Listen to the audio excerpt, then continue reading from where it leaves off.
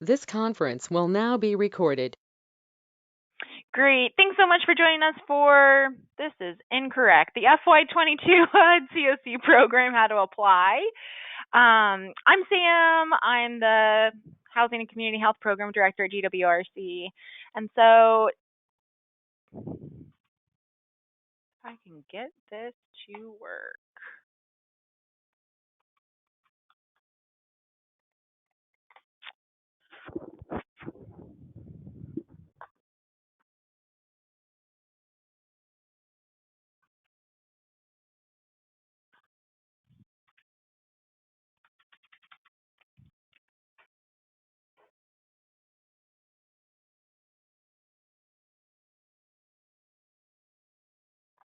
Okay, we're going to do this the old-fashioned way. So today we're going to be talking about the FY22 HUD NOFA. We're going to go through what the priorities are, what the local NOFA says, what our scoring criteria is, the timeline, and some submissions. We have plenty of time at the end for questions, so please just hold off there. Just a little disclaimer for you guys. This training is going to be a general overview of this opportunity. We still hold you completely responsible to reading the entire opportunity in its entirety and any documents that pertain to it. We post as much information and resources as we can on our website, but it is up to you to read them. Just so you know who you will be working with this year on this opportunity, we have myself, and you can reach me at any of those contact information. Email is probably the best. And then we have a new staff with us this year, which is Erica Dutcher. And she comes from us from Micah Ministries, but she's been with us for about 2 months, and her contact information is there for you. And then the committee who will actually be reviewing all of your applications, and if you have questions about anything, we can help get them to them if you need them, is our Funding and Performance Committee, and that's made up of Kristen Gallick, Clay Mahuades, Emma Miller-Richards, and Sarah Walsh. They're a really great team, and they take a lot of pride in their position and take this really seriously. So if you need anything from them, just let us know, and we are happy to get any information to them. Just a little bit about the opportunity.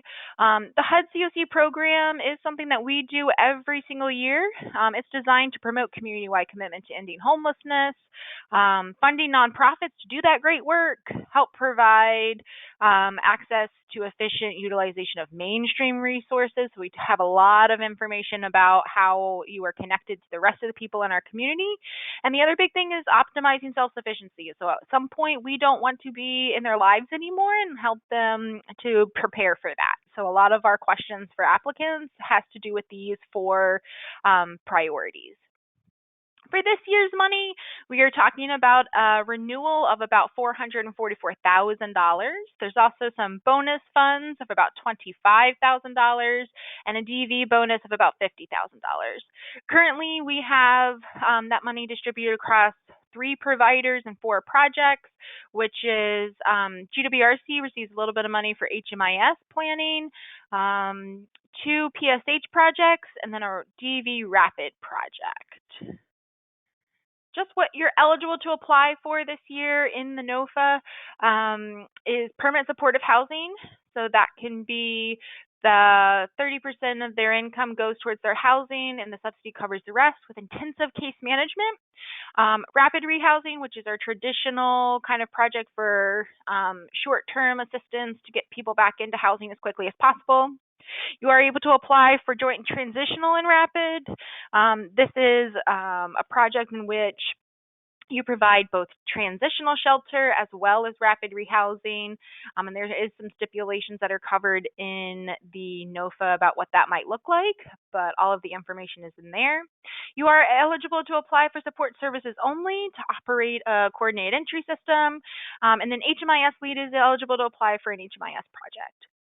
2 things just to think about is whether or not you're a renewal or a new project. Renewal projects are those who are already currently funded, so it would only be those 4 projects that we talked about on the previous screen. And new projects is going to be first-time applicants as well as any expansion projects. So when you're in eSNAPS and submitting our application processes, those are good to know because it's going to ask you what type of project you are. If you have any question about which one you are, please reach out to CoC staff and we're going to be happy to help. Just a little bit about what HUD's going to be doing when it comes to actually scoring these projects. They are set up a little bit differently than some of our other scoring mechanisms. There's two tiers. The first tier is 95% of that 444, so about $422,000. What that means is about 5% of our money that we currently receive is on the chopping block and falls into tier 2. But for tier 1, projects are conditionally selected from the highest scoring CoC to the lowest, and that's based on the collaborative application that the CoC submits. So that has very little to do with your project application, but the part that you do play is when you write a really strong project application, you get ranked really high by the CoC and therefore have a better chance of falling into tier 1. For tier 2, it's going to be the difference between our overall amount that we're eligible for, that 444, minus that tier 1 amount and our bonus amount. So our tier 2 amount is about $50,000. And then those projects are actually given a project score, and that score is made up on a 100-point scale. 50 of those points come from how well your CoC scored in their collaborative application. 40 points come from what your project ranking was, and then 10 points come from whether or not you're housing first. And so for DV bonus projects, one thing to know is that that is a separate pot that you can be selected for. If that project is selected for the DV bonus pot, it is pulled out from the ranking, and the rest of the projects that may fall under it are moved up, and it changes your ranking for other projects. Overall, you just need to know where you fall in the ranking, what your odds are of being absolutely accepted and not absolutely accepted, and then we hope for a DV project. But we can explain all of those in your ranking letters, and we give lots of information about what that looks like. Really, the focus for you right now is just writing a really strong project application and having the funding performance really understand what your project is so that they can rank you as high as possible. And again, CoC staff is happy to help with answering any questions about the ranking process, what that looks like, and even providing TA for your application. So please do not hesitate to reach out to us.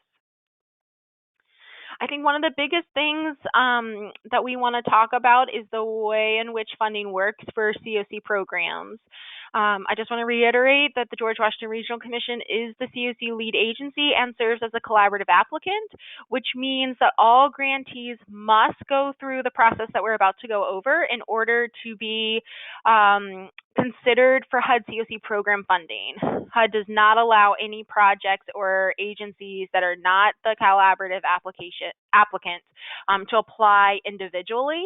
You have to go through a community application. So if there are any questions about what that looks like, or you have any qualms or concerns or issues, questions, please again just reach out to us and we're happy to talk that through with you. A couple of documents that can be really helpful in the way that this is going to run is our 2022 policy priorities. This is going to outline key programmatic considerations that go into us determining funding. So it's what is our priorities for funding. We would love to be able to fund everything. We would love to have all the money in the world to distribute, but when we don't, we have to set some kind of priorities for the projects that are going to mean the most to our community. So this will give you some guidance on what that looks like. The other is the funding policies and procedures. This is going to outline the actual process for funding and what the overall review, ranking, and selection process for this funding opportunity is going to look like. For basic funding eligibility, you have to be a member of the Fredericksburg CoC. If you have questions about whether or not you are a member, please reach out to CoC staff. The other big one for us is that you have to be a part of our coordinated entry policies, which means you have to be housing first, you have to participate in our coordinated entry process, adhere to our project standards, and collect HMIS data or data through a comparable database.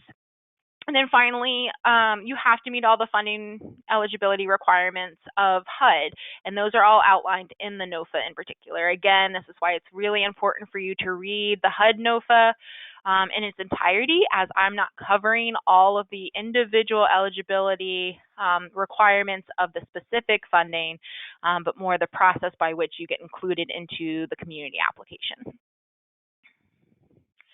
Just some steps about what the funding process is going to look like, and then we'll go into detail about the timeline. But we have posted a notice of funding, the applications and scoring sheets on our website, and have sent them out to everyone. Project applications must be submitted by the deadline. If you do not submit your project applications or you submit them late, you will not be considered. We are now on an electronic submission system, so the button to submit will go away at exactly the time it cuts off. There will be no exceptions. So please do not wait till the last minute to submit applications. Just make sure that you get it in by the deadline. Funding and performance will then receive all the information that has been submitted, and will review and score all the project applications based on the scoring sheet that we're going to go over in just a second. Funding performance will then make a determination about whether or not to accept or reject the project. And if they accept the project, they're going to determine what amount is going to be accepted at. They can either choose to accept it at the full amount that was requested or to reduce the amount for one reason or another. All accepted projects are then ranked based on priority. If we had to choose the first one to get funded, and then the next one, and the next one, and the next one, they put them in that order. And so projects will then be notified of all outcomes, and they will also receive copies of their scoring sheets so that they have all the information about how the decision was made. And we also have an appeals process. So anyone who feels like they were wrongly scored or wrongly rejected or not included in the process, there's an appeals process for that. Once the appeals are closed, the funding outcome and applications are submitted and posted to the website for public review. So please just know anything that you put in your project application will go out on our website. We post a PDF to all of our project applications. It will show all of your information that you submit in your project. And that is just for transparency. That is the biggest part of the CoC, is making sure that people in the public have everything that we do. And so we're spending tax dollars, and so we want to make sure that we're transparent in how we're doing that. So that's a general overview. I'm now going to go over to the NOFA. And we can go through those. I do want to pause for a second and just see if there's any questions to just start with.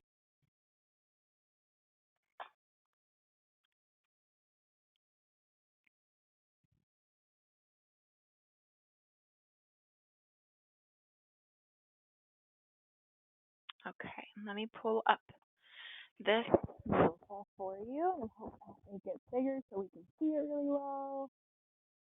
All right. Okay, so this is posted on our website. This is considered our local notice. This gives you all the information about what the local process looks like.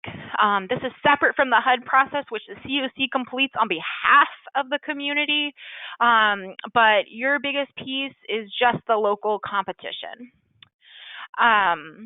In particular, I think it's really important for us to say that this solicitation is open to accepting proposals from any CoC members, including those who have not been previously funded by CoC program funding.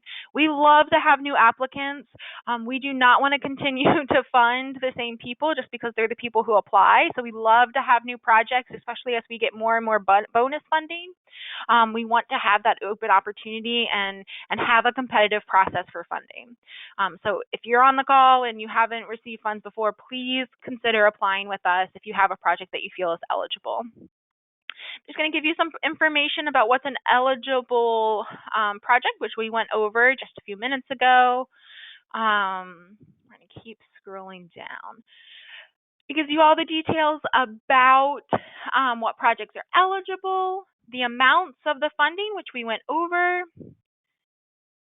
And then here's the most important part of this process, which is the timeline. Please do not miss any deadlines. Again, there are no exceptions. So right now, project applications are due by August 26th at noon. So please make sure that you have those done. Project applications are considered to be submitted when you submit both your project in eSNAPs and in our Good Grants application, which we're going to go over. Right now, as of yesterday's call, the project applications are still not available in eSNAPs.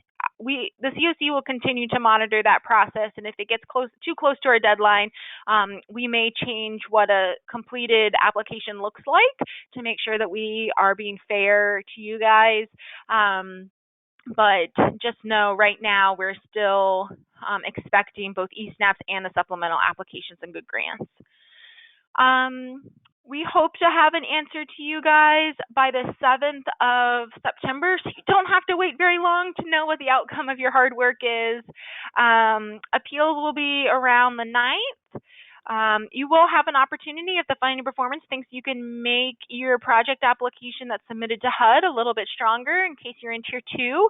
And those revisions are going to be due by mid-September, and everything's going to be all wrapped up by the 22nd of September for a board approval.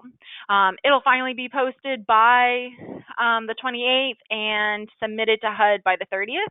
I will tell you it will most likely be done by the 23rd, as I will be on vacation the week of the submission. So this application will be completely wrapped up before I leave. We are now doing the How to Apply webinar, so you don't have to do that.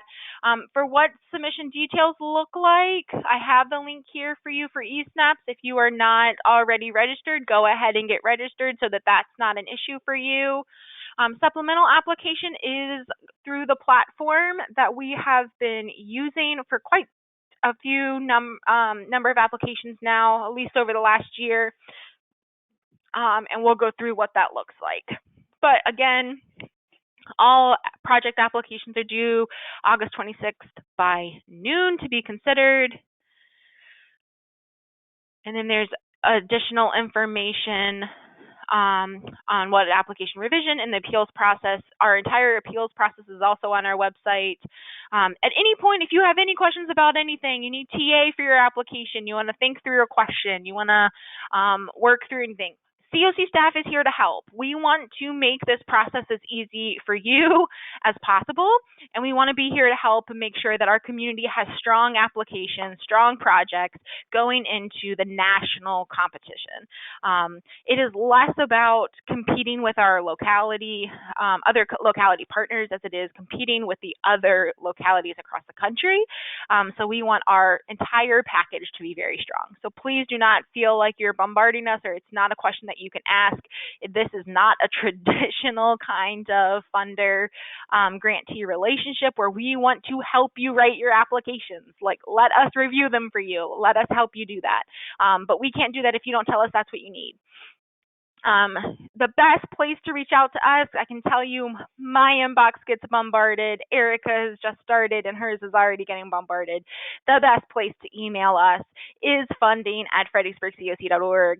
We are monitoring that inbox for any questions that come in, but to help make sure that your email does not get lost in the mess of our regular day-to-day, it is the best place to send it to. Any questions on the overall process? Okay,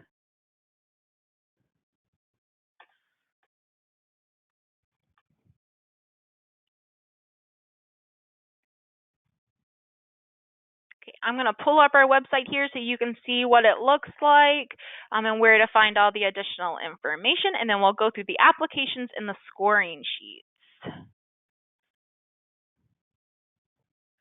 All right, so if you haven't been to the Fredericksburg Continuum of Care website, then you're living on a rock and we need to have a chat.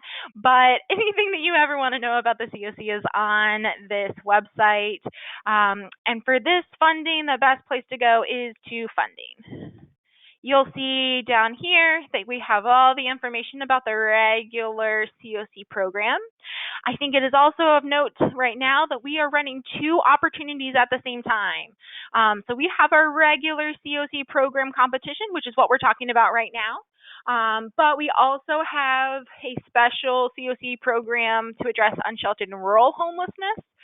Please make sure that you are applying for the right project.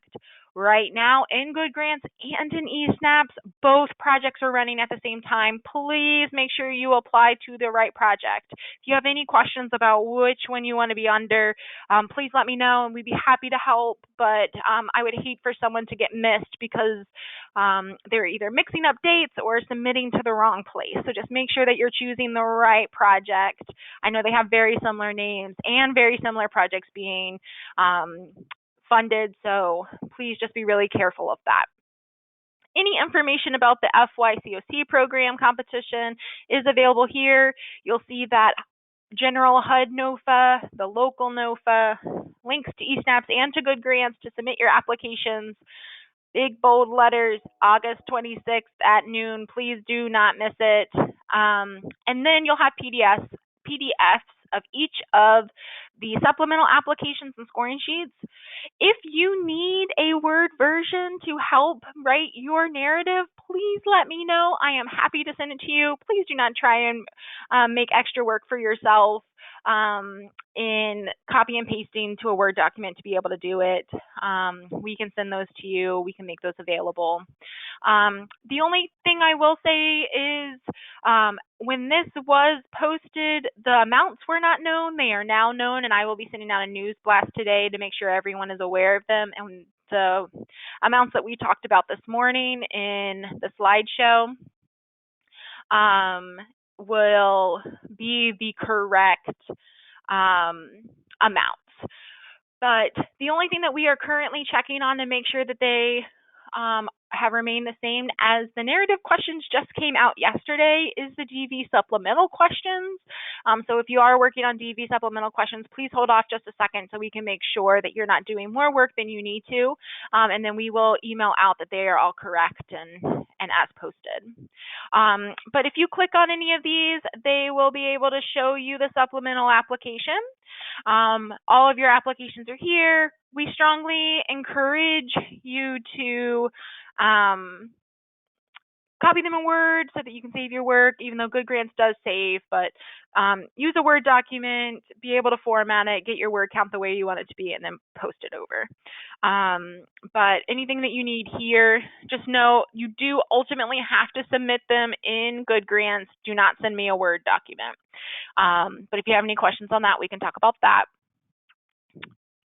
And now I've lost my spot.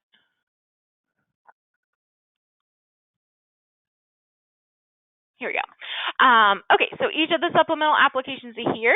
I'm going to choose the scoring sheet. Most of them look the same, but just so you can see what they look like and what we're looking for. So a number of our projects have a lot of threshold eligibility. This is what we check just to make sure that you're eligible to even receive the funds.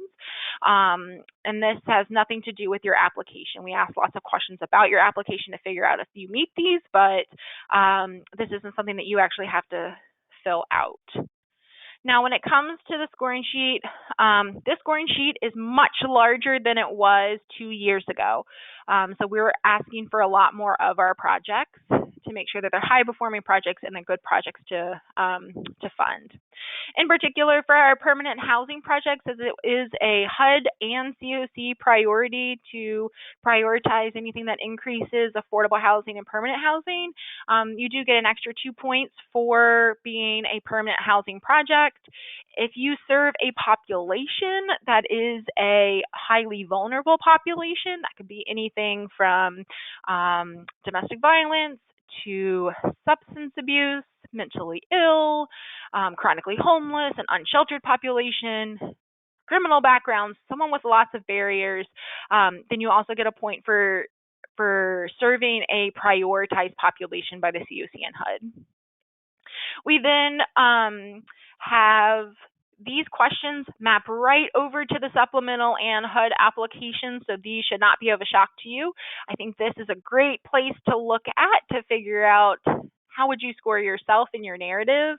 So we ask about community need, and if you feel like you've answered that you serve a community need or filling a gap for our services, then you could get a possible 2 points for that. We then look at things like leveraging mainstream resources, those connections to other resources in the community, how you leverage system partnerships, and then we have bonus points for leveraging housing and healthcare. In particular, this is really important as HUD is looking for us to have at least one project that does these things, though it is a complicated calculation to figure out if you meet their threshold, and I'm happy to walk through those with you if you need to, but all of that information is in your application about how do you make sure that you're meeting it. For coordinated entry, we're looking at whether or not you actually are a part of our coordinated entry system or a comparable domestic violence system that looks like ours. We are also very interested in how you actually implement housing first.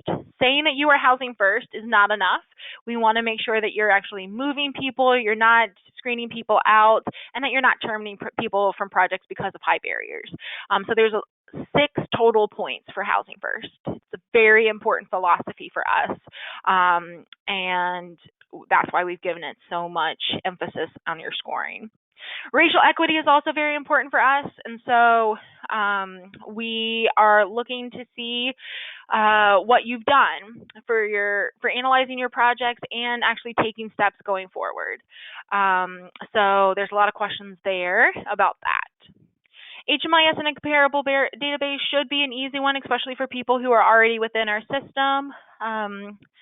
This is not to hurt you. That's why it's so few points. Just know it is a requirement if you are to get funded. So if you're not using it right now, we expect that you will be using it by the time you get funding. This whole page here is based on performance. So HUD actually looks to make sure that 33% of our points are going towards things that are an objective process. So we're looking at what your exits to permanent housing were, your average days to housing, the percentage of people that you were able to increase their income, the cost effectiveness of your programs, and then the budget appropriateness. So lots of things about performance and things that we can actually say, did you meet this threshold or not? And you'll see that you will have both a box to enter your outcome and measures, but you will also have a narrative response to be able to explain to us what some of the challenges were, or why you didn't meet the threshold, or what some of the issues with COVID or funding or anything else that might have meant that your performance wasn't as high as you had expected it to be.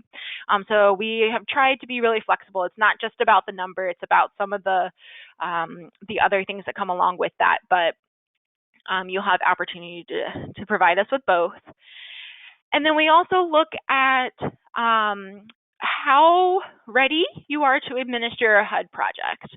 So we look at organizational and staff capacity, your prior experience with HUD funding, and serving the population or providing the project that you're applying for.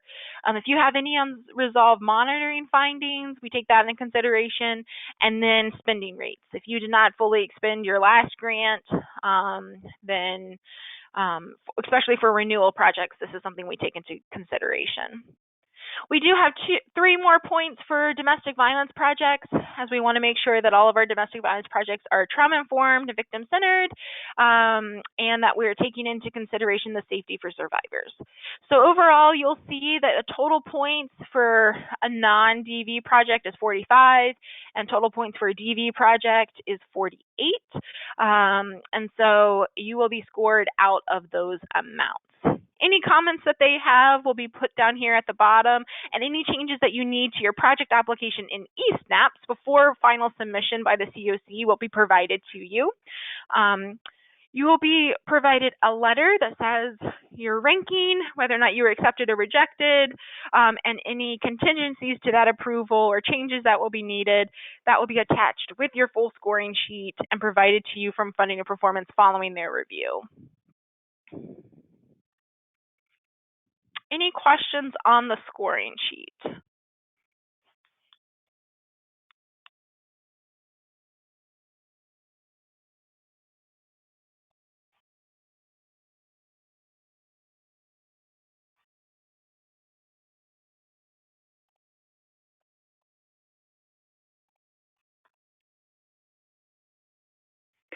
All right, so I am going to pull up Good Grants so that you can see what that looks like, and we'll walk through what the process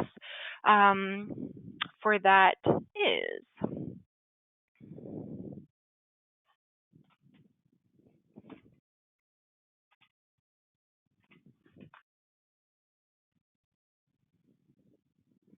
All right, so when you log into gwregion.grantplatform.com, you'll see this. You are applying to GWRC as the CoC lead agency, so you'll know that you're on the right grants platform because you'll see our building and our logo on the top. If it is your first time registering, you will fill out the registration information. If you're already registered, then you can go ahead and log in. When it comes to multiple people of an organization, I've gotten the question as to whether or not we can do a joint account for people. We cannot, so we will request that you probably make a account that is shared by the organization, and all the information gets uploaded by that one. I believe most of our applicants have applied before, so if you've applied before, you already have an account in there that you could probably use. If you have any questions about who's a user or who has access or what that looks like, please let me know. The reason I say to have a agency-wide one agency account is because there are times where the agency attachments are tied to the profile, other attachments are tied to the application, and we want to make sure that they're matching across all of our applicants, and all of the attachments are included in the one submission package. But again, if you have any questions, please let me know. When you log in, you will see applications on the side, and you can go to My Applications, and you'll be able to start an application. From there, you will be able to select which grant you are applying for. So you want to select Fredericksburg Regional Continuum of Care to get to all the CoC grants. You'll then see the FY22 program competition. That is our regular competition, which we've been talking about today. Like I said, we also have the special NOFA in there as well for unsheltered and rural homelessness. But you want to make sure you're applying for the right one. And then you can pick which project you're applying for. So if you want to apply for Rapid Rehousing Project, you're then going to type in the name of your project. Just some thoughts on your project name. It's really helpful if you put your agency and a project name and then the year, just so we can make sure that we're keeping those all synced. You will also be applying in eSnaps. Please make sure your project name in eSnaps and in Good Grants is the same. That's really helpful to us so that we can match them across.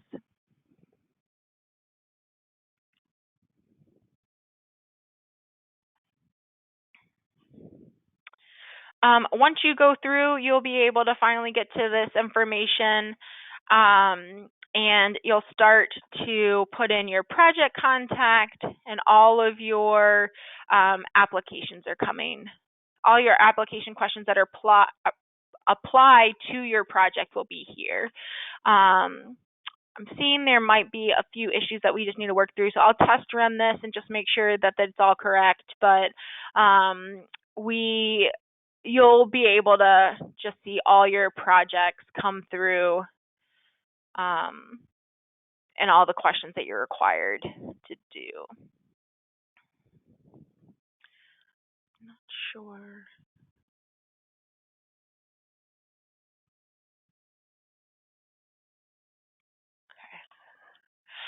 Once you're ready to submit your application, you can hit submit, and you will receive this screen, but you will also receive an email with your application and the fact that it's been submitted. If there's any questions about your application or you hit the submit button too early and it's not within the time frame, please reach out to staff and we can help you fix it. I think the biggest thing for us is if you're 15 minutes before the deadline and you haven't reached out at all, I don't know that there's much that we can do. But if you've been with us early and you've been reaching out and we've been trying to help and get things figured out, I think we are able to help and being flexible to make sure you don't get hit on a technicality. But basically, don't wait till the last minute to ask for help. Ask for help as soon as possible. Again, once you submit everything, the Funding Performance Committee will review, you'll be notified, and we'll go from there. So I do want to just pause for any questions at all regarding any of the grants, any of the funding opportunities, or any of the process. I'd be happy to answer.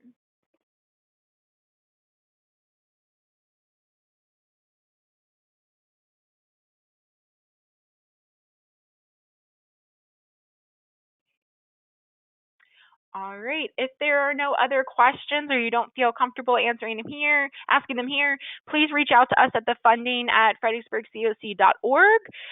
We will also be having another How to Apply webinar on the special NOFA if you're interested in the unsheltered and rural homelessness NOFA. That will be next week. They're a little bit staggered because of the time frame for this. I apologize again for the quick turnaround for the HUD NOFA. I can only release mine when HUD releases theirs, and theirs is just as quick for us. So we're trying to give you as much support as possible. But again, CoC staff is here to help in any way. No question too small or too big. So please reach out to us early so we can help make sure you guys have strong and successful projects. But Erica and I are here to help in any way that we can, and you know where to find us.